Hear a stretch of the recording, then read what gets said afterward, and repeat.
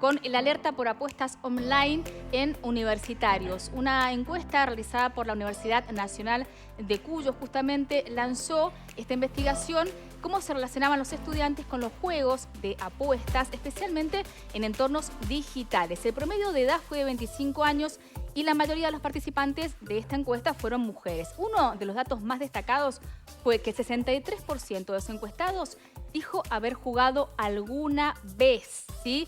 El 15% aseguró haberlo hecho por el tema de la apuesta online por dinero, y el resto, la principal causa fue la curiosidad. Esto que decir, ¿cómo será? ¿Viste? Agarrás el dispositivo, lo tenés a mano, te vas viendo, curiosidad de qué se trata, de qué va. El tema es cuáles son por ahí las banderas rojas que pasan también al tema de las adicciones. ¿Cuándo se torna un poquito más peligroso? Esto que empieza con un tema de curiosidad, de juego, de cómo es, de ver de qué se trata. Y para eso tenemos acá un especialista, a Miguel Conocente. Él es psicólogo y especialista en adicciones. Para desentrañar juntos, Miguel, este tema que no es menor, porque la verdad va creciendo y preocupa también las edades, ¿no? En este tema. ¿Cómo estás? Bienvenido a Cada Día. Hola, Buen día, Miguel. ¿Cómo estamos? A ver, el tema de los juegos online es un tema que tiene cierta actualidad. Sí. De la pandemia para acá, digamos que se entiende que ha habido algún aumento en la frecuencia del juego. El primer dato importante me parece a mí que se desprende de esta encuesta que vos mencionabas, Sí. como de otras que se han hecho tanto en la provincia como en el país, es que cuando hablamos de juego patológico, estamos Bien. siempre hablando del menos del 5% en estas edades, ¿sí? Juego Es un- patológico menos del 5%. Menos del 5%. Que estamos hablando de adicciones cuando hablamos de patología. Exactamente. Bien. Vamos a notar, está bueno. Puede haber, sí, algún comportamiento de tipo problemático, un consumo problemático de este tipo de prácticas. ¿Sí? ¿Cuándo es problemático? Sí. Cuando, por ejemplo, empieza a ocupar más tiempo del que pretendía ocupar en esa actividad, cuando empieza a disponer de más dinero del que pretendía disponer Bien. para esa actividad, cuando otras actividades se resienten, ejemplo, el estudio, ejemplo, la Ok. socialización con otros. O sea, cambia el rendimiento escolar, la atención y cada vez Exacto. te va Le das tomando un más poquito más. importancia, Claro. Claro, Ok. son indicadores que no son específicos, ¿sí? Claro. Es decir, con cualquier comportamiento que tenga que ver con lo compulsivo, lo que podemos llegar a ver son estos indicadores. Sí. Después habrá que despistar en cada caso cuál es el compromiso que está teniendo con qué objeto. ¿Será una sustancia? ¿Será una práctica, como en este caso? U otras cuestiones. Bien. Pero, perdona ahí que te interrumpa. ¿Hay posibilidades que las apuestas online sean un poco más adictivas, se vuelvan adictivas más rápido que lo que son las apuestas tradicionales? No. Y explico por qué. Los objetos no son adictivos, per se. Digo, en esto tenemos la mitad de la bibliografía dice una cosa, la mitad dice lo contrario. Sí, tal cual.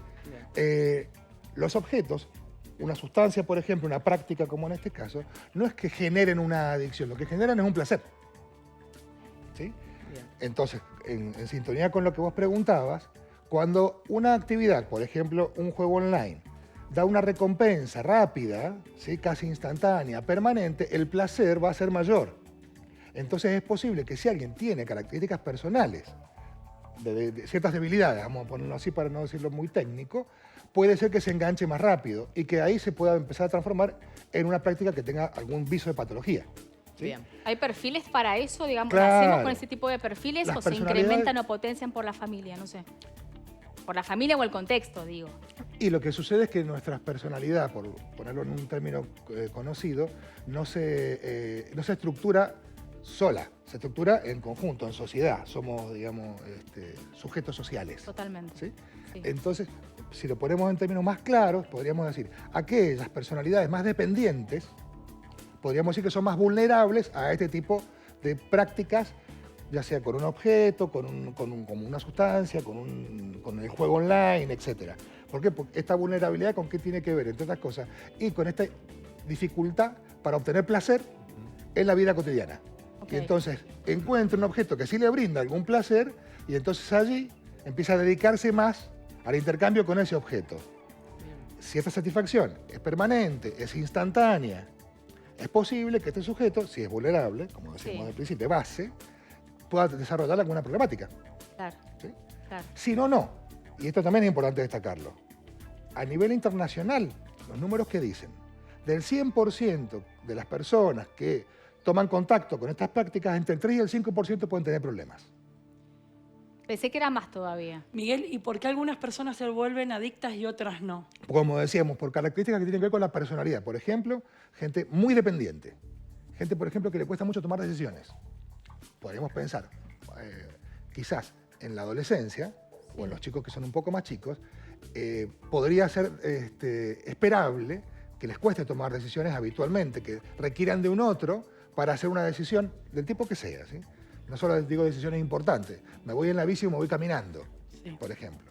Bueno, esas personalidades que son muy dependientes, que dependen mucho de un otro, también lo hacen a la hora de la búsqueda de satisfacciones. Dependen de que otro valide, de que otro establezca qué es lo que está bien y qué es lo que está mal, qué nos gusta y qué no. Sí, Y y ahí, en este caso, digo, en los adolescentes sobre todo, que lo usan como un sistema de juego, porque en grupo ingresan a incursionar sobre estas apuestas online y dónde está el límite, ¿no?, de caer o no caer, porque generalmente arrancan los chicos en grupo a jugar y a apostar, ¿no? Y lo hacen por entretenimiento, pero ¿dónde está ese límite, ¿no?, en que pueden Cuando caer o no empiezan a caer? aparecer estas cuestiones que nombrábamos hace un ratito, como indicadores, ¿no? Sí, Claro. ¿y qué hacemos como familia del otro lado que estamos viendo estos indicadores? Mira, es importantísimo. Primera cuestión, menores de 18 años tienen prohibido apostar, Claro. ¿sí? De modo digital o de modo presencial, Pero lo hacen. pero lo hacen. ¿Cómo lo Pero evitás? es importante que nosotros los adultos esto lo tengamos en cuenta. ¿Por qué? Claro. Porque nosotros somos quienes habilitamos un dispositivo, ¿sí?, para que un chico tenga acceso a un montón de cosas. Claro. Un montón de cosas. Si nosotros no estamos presentes en términos de regulación, de qué sí, qué no, cuándo, cuánto tiempo, con quiénes, a Claro. dónde entra, ¿Qué está haciendo? ¿Qué está haciendo? ¿Por dónde anda en el mundo Claro. digital? Sí, pero es muy difícil, es muy Es difícil. complicado. Porque estamos hablando De la privacidad claro, también, el ¿no? tema de chicos hoy tienen dispositivos móviles, ¿qué chico no tiene? No, bueno, pero ¿Y eso cómo creo que- haces para y controlar eso? Va un poco con la relación padre-hijo y la comunicación que lleva, digo, como familia, ¿o no? Es complicado controlarlo, A ¿no? ver, Miguel, Les que cuento algo, miren. El Responda. año pasado nosotros hicimos un trabajo bastante fuerte Sí. en estudiantes de escuelas primarias Sí.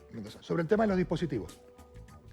Y una de las conclusiones es que el 97% de los chicos en edad de escuela primaria, estamos hablando de chicos de segundo ciclo, ¿sí? De quinto grado en adelante, tienen celulares, tienen acceso a celulares. Sí. ¿Sí? Es decir, ya está inserto. Sí. ¿Qué es importante que nosotros tengamos en cuenta como adultos? Que ese dispositivo tiene que estar configurado para el uso de un chico.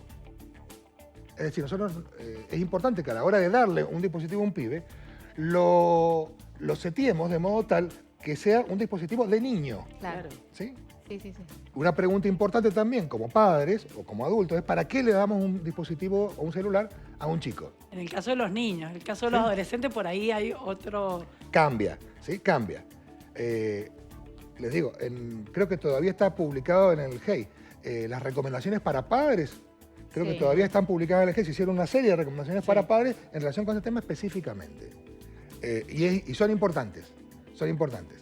Vos decías, bueno, pero cuando son adolescentes, la regulación es importante que siga estando, de una forma o de otra. Y ejemplo, no es lo mismo un chico de 9 años que tenga un celular, que quizás no tenga acceso a billeteras digitales, quizás no tenga datos para tener conexión permanente, a un chico de 15 que necesitamos que Tal tenga cual. billetera digital, porque entonces le transfiero la plata para la merienda de la escuela. Tal cual. Claro. Es diferente. Ahora, ¿quién transfiere el dinero?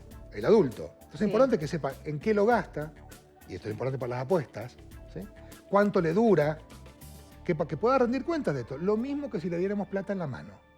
Miguel, ¿y qué hacemos si detectamos que algún familiar, ya sea adolescente o no, porque puede ser un adulto? De hecho, el estudio que se hizo en la universidad son personas mayor de 25 años, como familiares. ¿Por dónde actuamos? ¿Cómo hacemos para ayudar?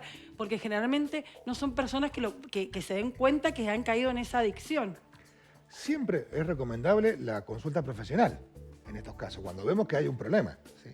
No cuando no lo hay, me siguen, ¿no? Sí, sí, Cuando vemos que hay un totalmente. problema, ¿cuándo hay un problema? Cuando esa persona, por ejemplo, empieza a saltearse las responsabilidades. Claro, los hábitos Bien. de vida, Los hábitos cotidianidad. habituales, claro. los comunes, ¿sí? Los amigos, socializar. Y también, Miguel, Cambia digo, lo las social, comidas. eso Ahí- es importante. Claro, la socialización es importante, es un punto. Porque en general lo que vemos es que la socialización cae o se Tal empieza a restringir únicamente al ámbito digital. Entendemos que lo social hoy pasa, en los pibes sobre todo, mucho por lo digital. Todo. Bueno, vemos que empieza a haber cambios allí, que ya no son tantos, son muchos menos, por ejemplo, que son en determinados horarios, cambian los horarios de conexión, Sí. por ejemplo, y sobre todo el dato clave en relación con el tema apuesta es el tema dinero. Sí, ahí me parece, digo, ¿qué pasa? Porque la gente que apuesta, o muchas veces digo que están jugando y demás, se ocultan. ¿Cómo darnos cuenta de que esto está siendo ya un problema? Vuelvo al punto del dinero, me parece que es el dato clave. El control. El Porque control. somos nosotros los adultos los que habilitamos o no un monto de dinero para que alguien, un chico, tenga disponibilidad. Claro. Si ese monto de dinero que en un tiempo alcanzaba para, no sé, una semana, se agota en un día, bueno, es un buen indicador. Uno puede preguntar allí y ver, bueno, ¿en qué se te fue este dinero? ¿En qué lo has gastado? ¿Qué estás haciendo con esto? ¿Y existe ese control, Miguel, hoy en día en los padres, ese control parental? ¿Vos sentís que en lo concreto se da? ¿O por ahí estamos con tanto trabajo que a nivel de hermanos, de sobrinos y qué sé yo, hace poco se nos va de las manos y tenemos que estar más atentos sobre todas las conductas que son como verdaderos indicios, como bien decías vos, de decir algo está pasando? Por ahí no es el 5%, no es un consumo problemático, pero sí hay algo que no está bien. Bien, yo te agradezco la pregunta, porque es un tema con el que venimos hace un tiempo charlando en diferentes espacios, esto de el mundo adulto como un lugar vacante. Claro.